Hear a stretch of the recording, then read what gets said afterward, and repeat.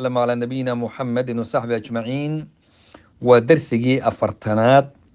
iyo duruustii dardaarankii bisha ramadaan biidni illaahi tabaaraka wa tacaala fatuuba lisaa'imiin geedda janno waxay u sugnaatay qof sooman oo dareemay nicmada ilaahay subxaanah uu ugu nimceeyey oo bishii ramadaan oo dhan soomay oo ajirkeedii dhammaystirtay oo qaatay ramadaan oo dhan soomay kaamilan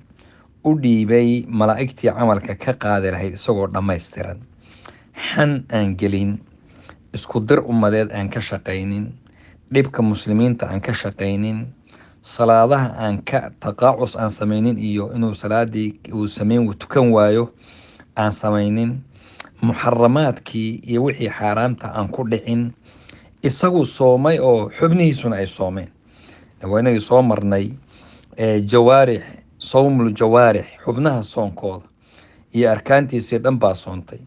habeenkii waa taagnaa sujuud buu ku jiray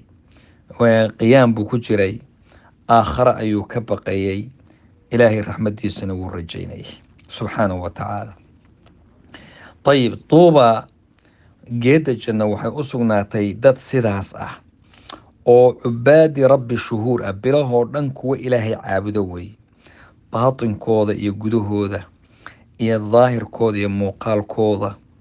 waa isku mid bishooda shawaal uun hadda ku jirno insha allahu tacaala iyo ramadaan waa isku mid dadku khaflay ku sugan yihiin iyo khafalaadkii iyaguna bukaa iyo oohin bay ku jiraan waa rabbaaniyiin rabbi bay subxaanahu wa tacaala caabudaan ramadaaniyiin ma aha bilcaabudiin ma aha assaa'im qofka sooman ee ilaahay subxaanahu wa tacaala ka baqa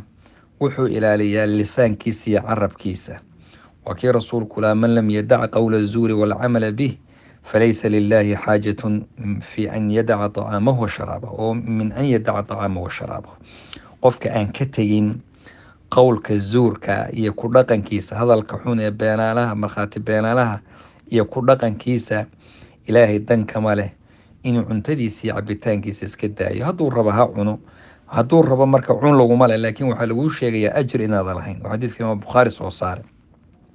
soomku waa junna waa gaashaan waa laysku ilaaliyaa haddii qofku maalin sooma uu joogo rafath iyo xumaan iyo fisqi iyuusan samaynin iyo inuu ummadda caayo aflagaadeeyo hadduu qof caayo ama uu la dagaalamaba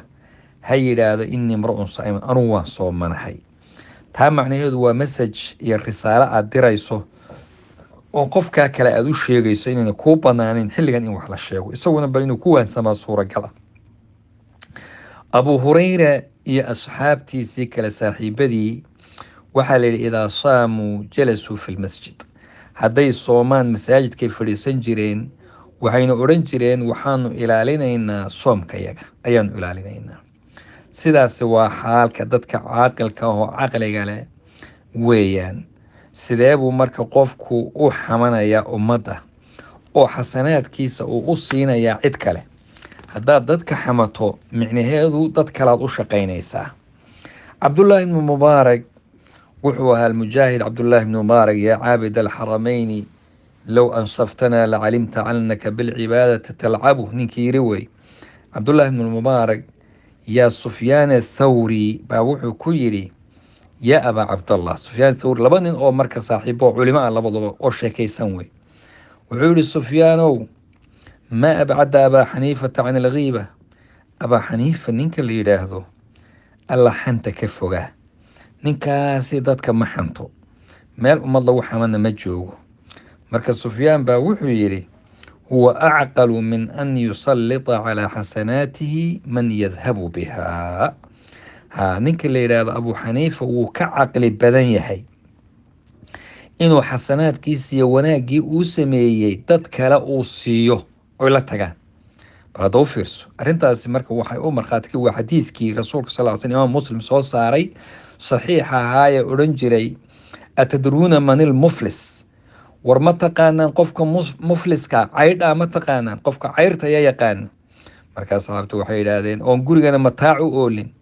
oo waxba haysanin markuu weydiiyey caydha waxay yidhaahdeen haa waa naqaanaayo man laa dirhama lahu walaa mataac, waa qofaan hal shilina haysanin gurigiisna wax alaaba aan oolin. markaasuu yihi kaa ma ah, waa qof xasanaad badan buu la yimaadaa, soon iyo salaad iyo sadaqe iyo adduun buu wataa,